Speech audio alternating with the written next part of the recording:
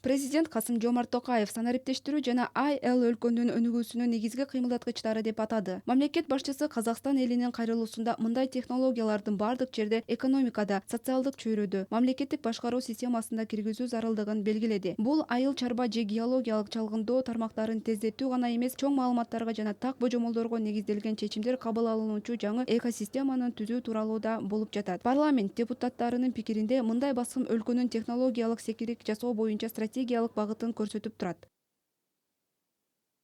Сегодня красной нитью через фактически все послание проходила тематика. Бүгүн иш жүзүндө бардык кайрылуунун негизги темасы санариптештирүү жана жасалма интеллектти жашообузда бардык тармактарына киргизүү болду. Башкача айтканда, бул биздин башкаруу системабызда, мамлекеттик башкарууда натыйжалуулукту жогорулатуу, талдоо жүргүзүү мүмкүн болгон маалыматтарды топтоо жана тастыкталган сандардын негизги тармактарында да социалдык секторунда өнүгүүсүнүн мындай аракет стратегияларын түзүү үчүн жасалууда. Выстраивать дальнейшие стратегии развития как отраслей, так и социального сектора.